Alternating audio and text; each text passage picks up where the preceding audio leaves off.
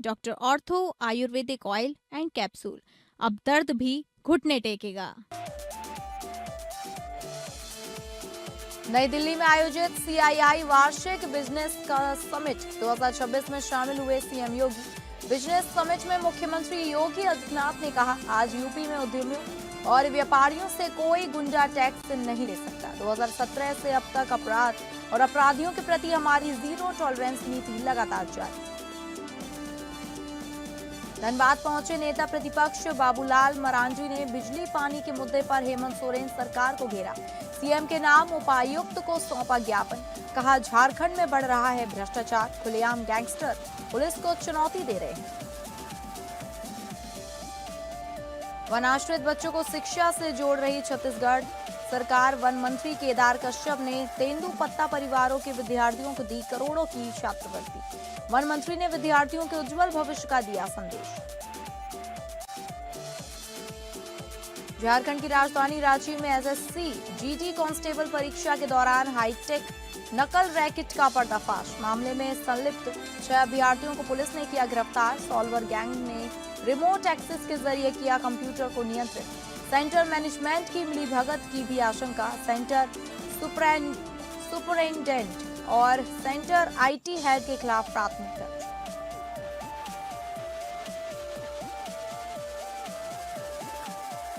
नमस्कार, आप सभी का स्वागत है स्टेट लाइव में और मैं हूं आपके साथ अंकिता सिंह। स्टेट लाइव की शुरुआत करेंगे उत्तर प्रदेश की खबरों का रुख करके, जहां नई दिल्ली में आयोजित सीआईआई वार्षिक बिजनेस समिट 2026 में मुख्यमंत्री योगी आदित्यनाथ शामिल हुए। अपने संबोधन में सीएम योगी ने कहा कि यूपी के अंदर जब मैंने उत्तर प्रदेश में 17 में मुख्यमंत्री पद की शपथ ली और उसके बाद से अब तक अपराध और अपराधियों के प्रति हमारी जीरो टॉलरेंस लगातार जारी है। जिस राज्य में वन डिस्ट्रिक्ट वन माफिया थे, आपने देखा होगा हर दुर्दांत माफिया यूपी के अंदर से था और केवल इंटर स्टेट ही नहीं था, वे इंटरनेशनल भी लिंक्स में उनके थे। मुझे याद है एक बार की घटना, प्रयागराज जो महाकुंभ की धरती है, वहां का एक माफिया का काफिला जा रहा था। इलाहाबाद उच्च न्यायालय के मुख्य न्यायाधीश के काफिले को रोक कर उसकी माफिया को पहले पास कराया गया। तो चीफ जस्टिस ने पूछा कि क्या गवर्नर, क्या चीफ मिनिस्टर आए हैं क्या? तो सुरक्षा वाले ने कहा नहीं साहब आए नहीं, फलाने साहब जा रहे हैं। कहा ये फलाने साहब कौन है? तो कोई जवाब नहीं था। वही माफिया जो मुठभेड़ में मारा गया तो मुझे फिर चीफ जस्टिस ने मुझे बताया कि साहब इसने तो मेरा भी काफिला रोका था। आप वहां के अब उसका अंदाजा लगा सकते हैं कि क्या स्थितियां थी। कोई भी सरकार हो, समांतर सत्ता उन माफियाओं की चलती थी और मैं इस बात को आज कह सकता हूं कि आज उत्तर प्रदेश में कोई माफिया इस प्रकार का दुस्साहस नहीं कर सकता है। कोई भी ऑर्गेनाइज्ड क्राइम उत्तर प्रदेश के अंदर आज के दिन पर किसी से फिरौती नहीं वसूल सकता है। कोई गुंडा टैक्स नहीं ले सकता है। आज यूपी के अंदर कोई व्यापारी, कोई उद्यमी किसी भी प्रकार से गुंडा को टैक्स फ्री टैक्स नहीं देता और यहाँ तक कि पॉलिटिकल चंदा भी नहीं देता। ये भी हमने रोक लगाई है कि कोई पॉलिटिकल चंदा भी नहीं दिया जाएगा, कोई गुंडा टैक्स नहीं ले सकता। तो हम कुछ परिवर्तन करने में सफल हुए। ये सच था कि आज से 9 वर्ष पहले भारत की सबसे बड़ी आबादी का राज्य उत्तर प्रदेश अपनी पहचान के लिए मोहताज था।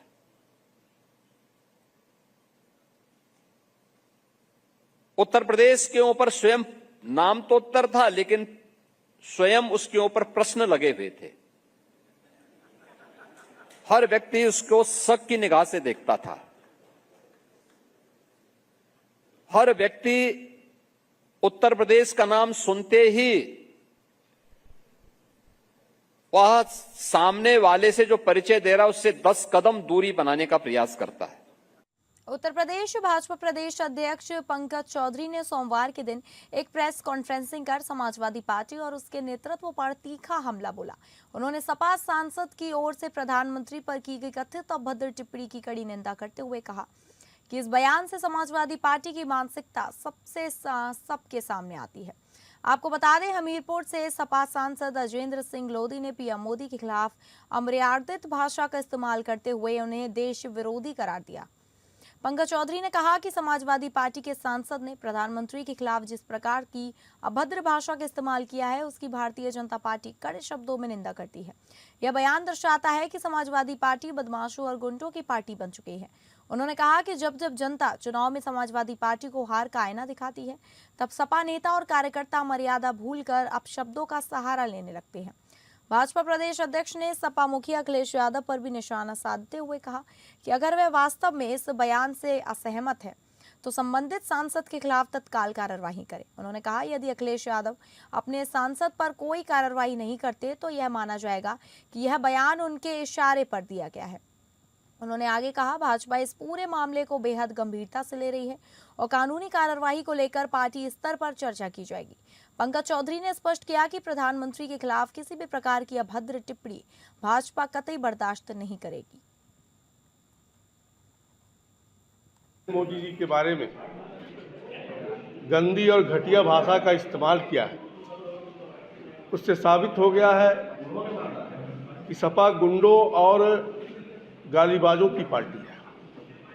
प्रधानमंत्री किसी दल का नहीं होता है बल्कि देश का गौरव होता है और ये अपमान 140 करोड़ भारत की जनता का अपमान सपा सांसद ने किया है और भारतीय जनता पार्टी का अपमान है बल्कि लोकतांत्रिक मर्यादा का भी एक गहरा प्रहार है। ये पहली बार नहीं हुआ है। समाजवादी पार्टी को जनता जब जब हार का आईना दिखाती है इसी प्रकार से समाजवादी पार्टी लगातार विधानसभा चुनाव को लेकर भाजपा ने बड़ी रणनीति बनाई है। भाजपा बूथ जीता तो चुनाव जीता वाले फॉर्मूले पर तेजी से काम करने जा रही है। यही वजह है कि यूपी के सभी जिलाध्यक्ष को लखनऊ बुलाया गया। भाजपा प्रदेश अध्यक्ष पंकज चौधरी व महामंत्री संगठन धर्मपाल सिंह सभी जिलाध्यक्ष को बूथ शक्ति केंद्र व मंडल को और प्रभावी बनाने का मंत्र देंगे।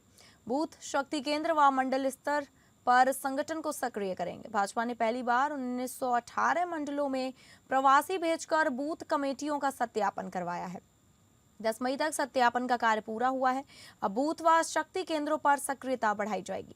इसी को लेकर भाजपा संगठन ने सभी जिलों से रिपोर्ट मांगी है। भाजपा में बूथ कमेटी 11 सदस्य, मंडल 61 सदस्य व जिले में 91 सदस्य होते हैं। भाजपा के आने वाले कार्यक्रम व अभियान पर भी चर्चा होगी।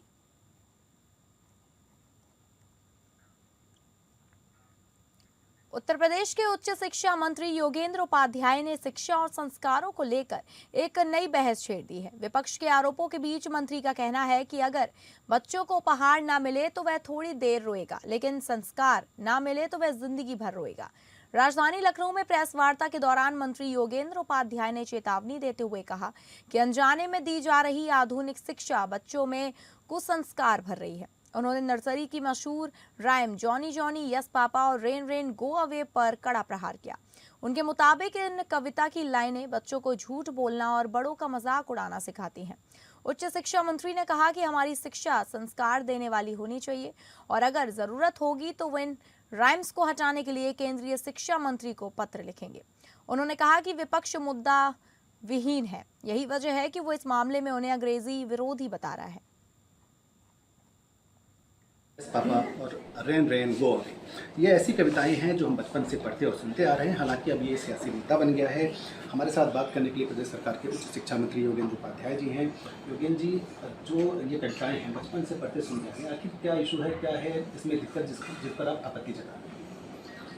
आपत्ति जताने वालों से पूछिए, उनके पास कोई मुद्दे नहीं है। विपक्ष के नेता हैं, बड़े नेता होंगे अपने दल के, उनके पास कोई मुद्दा नहीं है। उनका एआई, अब वो एआई से मुद्दे तलाश रहे हैं, एक्स्ट्रा एआई से तलाश रहे हैं।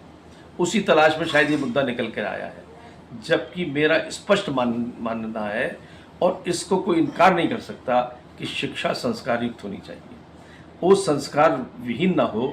संस्कार विहीन शिक्षा ठीक उस तरह होती है जैसे रूपवती भिखारणी समाज में आदर का पात्र नहीं होती। तो अब उसमें जाने अनजाने में भी हम कोई ऐसी बात ना समझा दें, ना पढ़ा दें जिससे कि कुसंस्कार पहुँचे या संस्कार विहीन हो जाए बच्चा। जैसे उसका उदाहरण देते समय मैं ये कहता हूँ उनसे कि Johnny Johnny yes papa, eating sugar no papa, यानी झूठ बोलने का संस्कार चुपचाप उस कोमल हृदय पर, कोमल मस्तिष्क पर चला गया। हमसे बात करने के लिए बहुत बहुत धन्यवाद। ये थे हमारे साथ उच्च शिक्षा मंत्री योगेंद्र उपाध्याय, जिन्होंने स्पष्ट तौर पर बताया कि किस तरह से संस्कार युक्त शिक्षा की ज़रूरत है और जो मैकाले की शिक्षा पद्धति है उससे हमें दूर जाने की आवश्यकता है।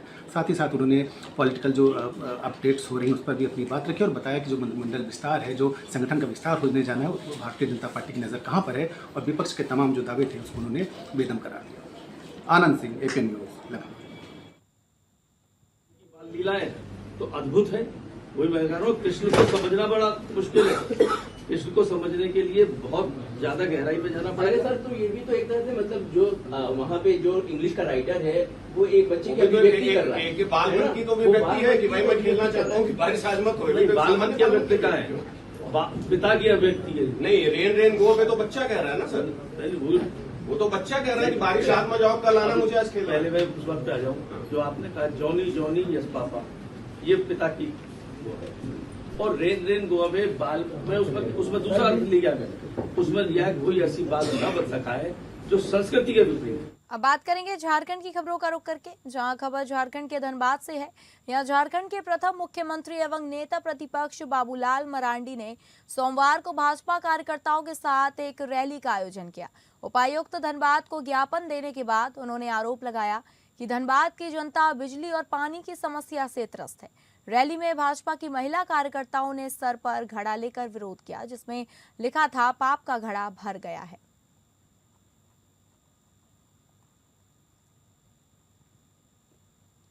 भाई पानी नहीं है, चापाकल खराब पड़े हुए।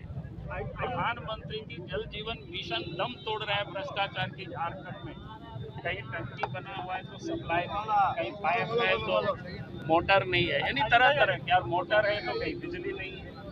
तो कुल मिलाकर के जो संकट है राज्य में पानी और बिजली को लेकर, तो आम जनता भ्रष्टाचार वगैरह क्या आज तो ये दो मुद्दों को लेकर के हम लोग प्रदर्शन कर रहे हैं। लेकिन स्वाभाविक है कि हम पॉलिटिकल पार्टी है तो भ्रष्टाचार की तो आप देख रहे हैं, कहीं बिना पैसा से कोई कुछ प्रतिक्रिया भी आपकी अब नहीं सुनेगी तो यही होगा कि सरकार को हम लोग मजबूर करेंगे। लोकतंत्र में जो भी भ्रष्टाचार से जुड़े बड़े मामले के आरोपित झारखंड के पूर्व मंत्री एवं कांग्रेस नेता आलमगीर आलम को सर्वोच्च न्यायालय से लगभग 2 साल बाद मिली जमानत पर प्रदेश कांग्रेस में जमकर जश्न मनाया जा रहा है। इसके साथ ही पूर्व मंत्री की रिहाई पर कांग्रेस के प्रदेश अध्यक्ष केशव महतो, कमलेश समेत तमाम बड़े कांग्रेसी नेता पटाखे छोड़ते और डांस करते दिखे, जिसके खिलाफ प्रदेश भाजपा के केंद्रीय प्रवक्ता प्रतुल शाहदेव ने आवाज उठाते हुए लोकसभा के नेता प्रतिपक्ष राहुल गांधी को निशाने पर ले लिया। तो वहीं उन्होंने सोशल मीडिया पर एक वीडियो जारी कर कहा कि यह वही पूर्व मंत्री आलमगीर आलम हैं जिनके घर में जब केंद्रीय एजेंसियों ने छापा मारा था तो उनके पीए के घर से 33 करोड़ रुपए की बरामद की हुई थी। 10 मई 2026 को राजधानी रांची में जन सुविधाओं को सुदृढ़ करने की दिशा में रांची नगर निगम द्वारा लगातार किए जा रहे प्रयासों में तेजी लाई जा रही है, जिसके तहत शहर के विकास से योजनाओं से जुड़ी नई परियोजना की शुरुआत हुई। रविवार को इस क्रम में रांची की महापौर श्रीमती रोशनी खलको ने योजना का विधिवत शिलान्यास भी किया। जानकारी के अनुसार जिन प्रमुख योजना की शुरुआत हुई उनमें से पहला है वार्ड संख्या 52 के अंतर्गत हेसाग तालाब का जीर्णोद्धार कार्य का शिलान्यास।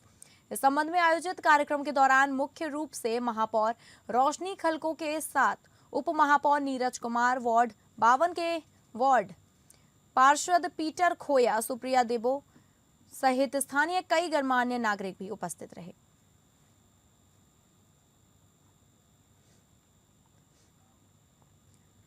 रांची में एसएसपी जीडी कांस्टेबल की परीक्षा के प्रथम पाली से जुड़े आयोजन के दौरान एक केंद्र पर कदाचार का आरोप सामने आने पर पुलिस ने उच्च स्तरीय जांच बैठाकर कड़ी कार्रवाई की है, जिसके तहत 6 अभ्यर्थियों की गिरफ्तारी से शहर में हड़कंप मच गया। इसके साथ ही रांची पुलिस ने केंद्र से कंप्यूटर समेत कई अन्य सामानों की भी जब्त की है। तो वहीं इस पूरे मामले पर रांची के नगर पुलिस अधीक्षक पारस राणा ने एक प्रेस कॉन्फ्रेंसिंग के माध्यम से पत्रकारों को ये बताया कि रांची के एक परीक्षा केंद्र पर परीक्षा के दौरान कुछ कंप्यूटर सिस्टम के मॉनिटर में कर्सर अपने आप चलने की सूचना प्राप्त हुई, जिसकी सूचना स्थानीय पुलिस और प्रतियुक्त परीक्षा नोडल पदाधिकारी को भी दी गई, जिसके बाद सूचना प्राप्त होते ही रांची पुलिस के द्वारा सहायक पुलिस अधीक्षक कोतवाली के नेतृत्व में टीम का गठन करते हुए और विभिन्न विभाग से समन्वय स्थापित करते हुए परीक्षा सेंटर के सेंटर सुपरिटेंडेंट एवं सेंटर आईडी हेड के साथ 6 अभ्यर्थियों के खिलाफ सुखदेव नगर थाना में कांड दर्ज किया गया। इस दौरान सिटी एसपी ने यह भी बताया कि परीक्षा केंद्र से 6 कंप्यूटर, सीसीटीवी का डीवीआर, 6 परीक्षार्थियों के एडमिट कार्ड, 5 मोबाइल और 1 टैब जब्त किया गया है। तो सूचना प्राप्त हुई थी कि एक एसएससी जीडी कांस्टेबल 2026 जो एग्जामिनेशन जो चल रहा है उसका एक पंडरा थाना अंतर्गत एक सेंटर है, फ्यूचरिस्टिक ऑनलाइन एग्जामिनेशन सेंटर। और इस सेंटर में ये सूचना प्राप्त हुई थी कि कुछ ऐसे सिस्टम्स हैं जिसपे रिमोट एक्सेस से लोगों का जो क्वेश्चन है उनको रिमोटली सॉल्व किया जा रहा है और जो कैंडिडेट्स हैं उनकी कोई भी मूवमेंट उसमें नहीं है और कर्सर अपना मूव हो रहा है और उसको सॉल्व किया जा रहा है। और जो वहाँ के जो सेंटर ऑब्जर्वर हैं उन्होंने उस सूचना को उन्होंने डिटेक्ट भी किया, साथ ही साथ उन्होंने जितनी भी जो ये इंसिडेंसेस जो हो रही थी उन्होंने अलग अलग जगह पर इसका वीडियो भी बनाया। बेरमो के कथारा ओपी क्षेत्र में ट्रैक्टर के बकाया रुपए को लेकर युवक के अपहरण और मारपीट का सनसनीखेज मामला सामने आया है। पुलिस ने त्वरित कार्रवाई करते हुए 3 दिन से बंधक बनाए गए युवक आनंद रजवार को सकुशल बरामद कर लिया। मामले में कामेश्वर यादव और कन्हैया यादव को गिरफ्तार कर जेल भेज दिया गया है। दोनों ने रुपए विवाद में युवक का अपहरण कर उसे बंधक बनाकर मारपीट की थी और जान से मारने की धमकी दी थी। पुलिस ने बीएनएस 2023 की कई धाराओं में केस दर्ज कर सख्त कार्रवाई की है। ओपी प्रभारी राजेश प्रजापति ने साफ कहा, कानून हाथ में लेने वालों को बख्शा नहीं जाएगा। खबरों के सिलसिले में आगे बढ़ेंगे और बात करेंगे बिहार की खबरों का रुख करके। बिहार सरकार के नवनियुक्त मंत्री कुमार शैलेंद्र ने पत्र निर्माण विभाग का पदभार ग्रहण किया। इस दौरान मंत्री ने अपने शीर्ष नेतृत्व के प्रति आभार जताया। मंत्री ने कहा, जो जिम्मेवारी मिली है ईमानदारी पूर्वक काम करेंगे। जो पूर्व मुख्यमंत्री ने रोड मैप तैयार किया है उस रोड मैप पर मुख्यमंत्री सम्राट चौधरी के नेतृत्व उनके मार्गदर्शन में काम करेंगे। अपने अधिकारियों के साथ बैठक कर पारदर्शिता के साथ काम करेंगे। और तमाम हमारे जितने भी वरिष्ठ भारतीय जनता पार्टी के प्रदेश के, देश के, जिन्होंने मुझे इतना बड़ा दायित्व देकर भरोसा जताया है, उन सबों के प्रति आभार व्यक्त करता हूँ। और आज पदभार ग्रहण किया है, पहली बार मंत्री मिला, मंत्री का दायित्व दिया है और आज पदभार ग्रहण किया है। अभी पूजा यहाँ पर किया है ताकि मुझे शक्ति मिले, ईमानदारी का मुझे शक्ति माँ दे, प्रामाणिकता का। भागलपुर के युवाओं ने आस्था और जुनून की अनोखी मिसाल पेश की है। भागलपुर के सनी कुमार और मोकामा के 2 युवकों ने सुल्तानगंज के पवित्र उत्तरवाहिनी गंगा घाट से गंगा जल लेकर स्केटिंग करते हुए 53 दिनों में केदारनाथ धाम की यात्रा पूरी की। तीनों युवकों ने अपनी पीठ पर गंगा जल लेकर कठिन रास्तों को पार किया और बाबा केदारनाथ धाम पहुंचकर जलार्पण किया। इस अनोखी यात्रा की चर्चा पूरे क्षेत्र में हो रही है। यात्रा पूरी करने के बाद स्केटिंग कोच अमन कुमार तीनों युवकों को लेकर भागलपुर के जिलाधिकारी डॉक्टर नवल किशोर चौधरी से मिलने पहुंचे। इस दौरान जिलाधिकारी ने सभी युवकों और उनके कोच को बधाई देते हुए उनके साहस, आस्था और समर्पण की सराहना की। डीएम डॉक्टर नवल किशोर चौधरी ने कहा कि यह भागलपुर और बिहार के लिए गर्व की बात है कि युवाओं ने स्केटिंग करते हुए लंबी दूरी तय कर बाबा केदारनाथ धाम के जल अर्पण किया। उन्होंने कहा, युवाओं की ये यात्रा दूसरों के लिए भी प्रेरणा स्रोत बनेगी। वहीं इस उपलब्धि के बाद युवकों और उनके परिजनों में खुशी का माहौल देखा जा रहा है।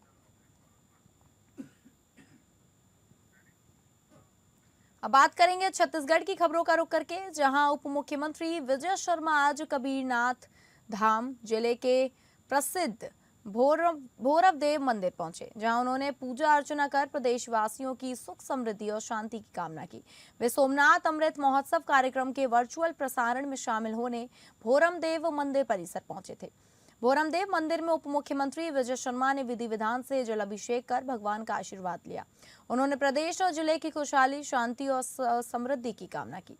इस अवसर पर गौ सेवा आयोग के अध्यक्ष विशेषकर पटेल, जिला पंचायत अध्यक्ष ईश्वरी साहू, नगर पालिका अध्यक्ष चंद्र प्रकाश चंद्रवंशी सहित कई जनप्रतिनिधि और स्थानीय नेता मौजूद रहे। कार्यक्रम के दौरान सभी जनप्रतिनिधियों ने भी मंदिर में पूजा अर्चना कर आशीर्वाद लिया।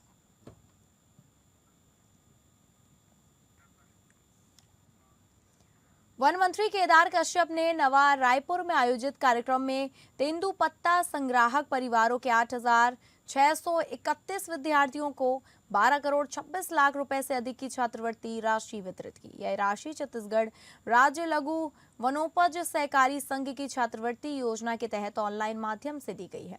वन मंत्री केदार कश्यप ने कहा कि मुख्यमंत्री विष्णुदेव साय के नेतृत्व में सरकार वनाश्रित परिवारों के बच्चों को शिक्षा से जोड़ने और उन्हें आगे बढ़ाने के लिए लगातार काम कर रही है।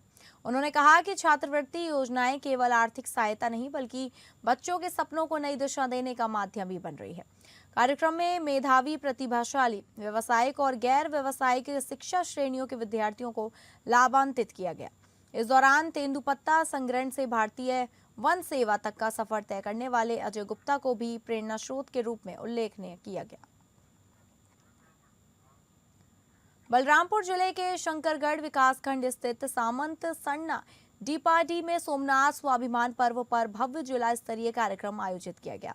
अटूट आस्था के 1000 वर्ष पूरे होने के अवसर पर हुए इस आयोजन में जनप्रतिनिधियों, ग्रामीणों और प्रशासनिक अधिकारियों ने भाग लिया। प्रधानमंत्री मोदी वर्चुअल माध्यम से कार्यक्रम से जुड़े और विशेष डाक टिकट व 75 रुपए का स्मारक सिक्का जारी किया।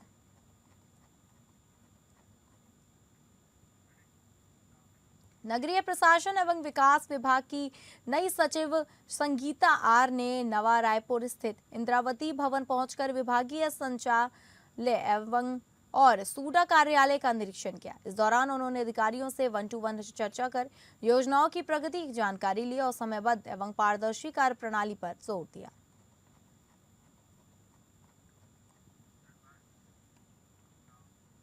अब बात करेंगे मध्य प्रदेश की खबरों का, जहां सिवनी मालवा थाना क्षेत्र में हुए चर्चित लूटकांड के फरार आरोपी को पुलिस ने आखिरकार गिरफ्तार कर लिया। आरोपी लंबे समय से पुलिस को चकमा देकर फरार चल रहा था, लेकिन पुलिस ने मुखबिर की सूचना पर एक निजी ढाबे पर घेराबंदी कर उसे दबोच लिया।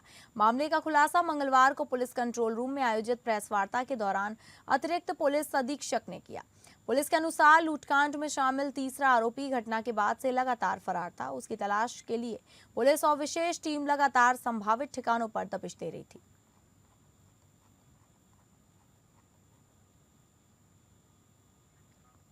अब बात करेंगे महाराष्ट्र की खबरों का रुख करके, जहां प्रधानमंत्री नरेंद्र मोदी ने देशवासियों से 1 वर्ष तक सोना खरीदने से बचने की अपील की है। मोदी की इस अपील के बाद कल्याण में कांग्रेस की नगर सेविका कांचन कुलकर्णी ने सराफा व्यापारियों से मुलाकात की।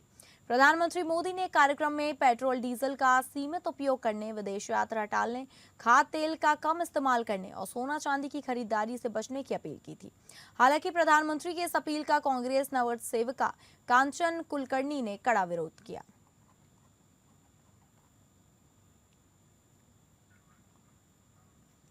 कल्याण के रुक्मणीबाई अस्पताल में पार्किंग विवाद को लेकर सुरक्षा गार्ड की बेरहमी से पिटाई किए जाने की चौंकाने वाली घटना सामने आई है।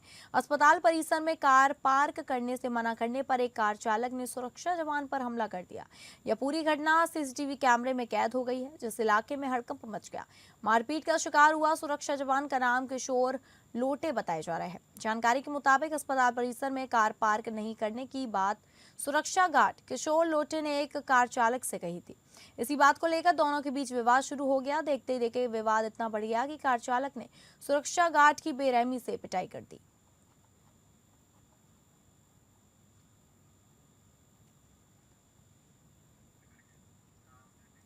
सूरत के बिजनेसमैन रमेश भाई की टेक्सटाइल फैक्ट्री में आज सुबह करीब 11 बजे भीषण आग लग गई। शॉर्ट सर्किट से लगी आग ने कुछ ही पलों में विकराल रूप ले लिया और पूरी फैक्ट्री को अपनी चपेट में ले लिया।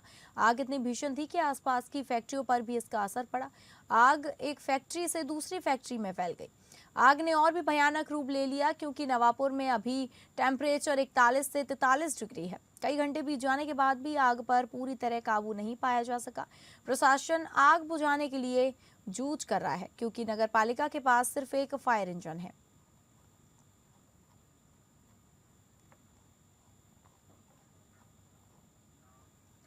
तो फिलहाल स्टेट लाइव में बस इतना ही। नमस्कार।